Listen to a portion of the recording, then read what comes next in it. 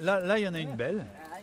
Une belle capture pour ce binôme, de quoi remplir les sachets de vieux coquillages, des crustacés assez âgés pour pouvoir rapporter tous les éléments étrangers que la mer remporte avec elle. Donc là, on fait un prélèvement d'eau de mer pour voir la teneur en tritium qu'il y a dans l'eau de mer.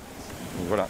Moi, je fais les algues, je vais essayer de trouver quelque chose. On effectue des prélèvements sur la côte pour trouver de l'iode 129, du cobalt 60 et dans l'eau du tritium.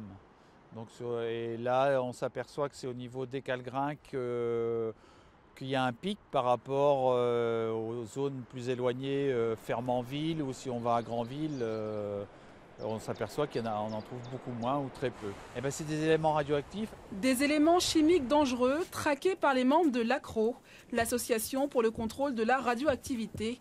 Ils partent ainsi à la pêche 2 à 3 fois par an depuis le début des années 90. Bottes, seaux et spatules, ils invitent les riverains à se joindre à eux. Aujourd'hui, cet habitant de la région s'est laissé convaincre.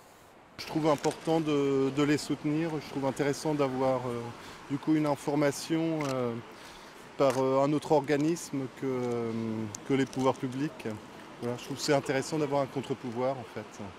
En 2013, l'association a observé un pic de radioactivité. Depuis, les taux sont beaucoup plus bas, mais ils restent encore trop importants selon les militants.